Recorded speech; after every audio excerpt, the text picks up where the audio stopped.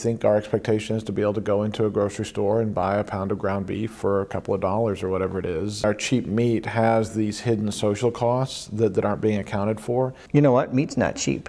What we do is we externalize all the costs onto other people, into future generations. And if you would take your typical McDonald's cheeseburger, which, you know, $1.50, right?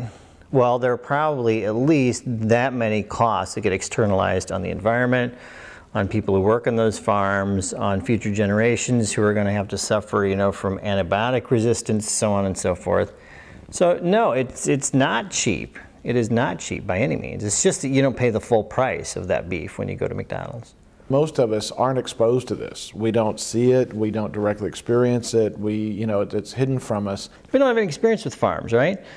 We're essentially taking people off the farms, put them in large urban centers, and as a result of that, we don't have any contact with our food anymore. So as long as we get our food, a steady supply, it tastes good, and it's cheap, we're okay with that, right? And once you allow that critical distance to occur, you essentially lose oversight over the conditions under which your food is raised. So factory farms are very easy. They are.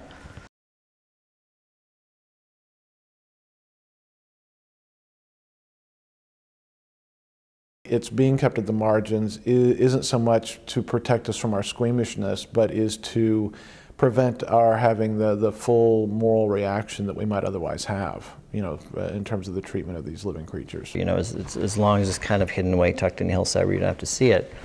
I mean, it doesn't have to raise any kind of moral revulsion on your part. It's just, it is what it is, right? You just forget about it. The very fact that it's so well shielded from us at least suggests that our ability to tolerate it is probably contingent to a large degree on its being mostly invisible to us.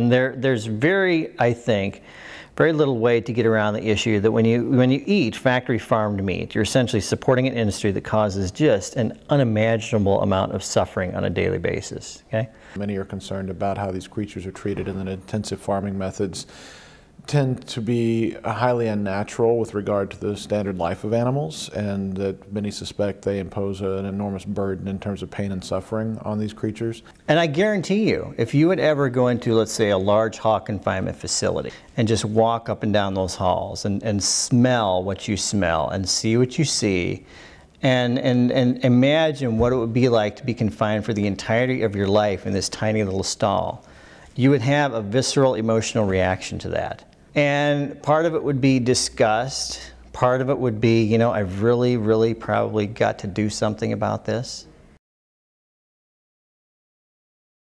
Each of us is a moral agent. We identify or hold certain values or principles that we then apply in our choices. That's one of the easiest things to do in terms of decreasing the amount of suffering in the world, is to essentially say no to factory farmed meat.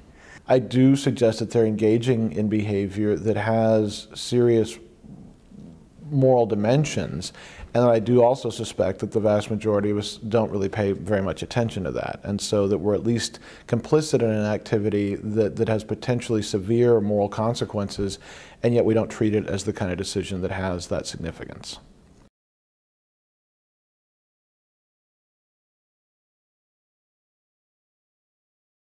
Is not partaking of factory farmed meat morally superior to actually engaging in that? Yes, I think so. I do.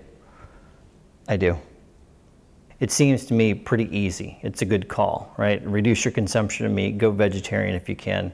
I think it's very consistent with the best of philosophical as well as Christian ethics.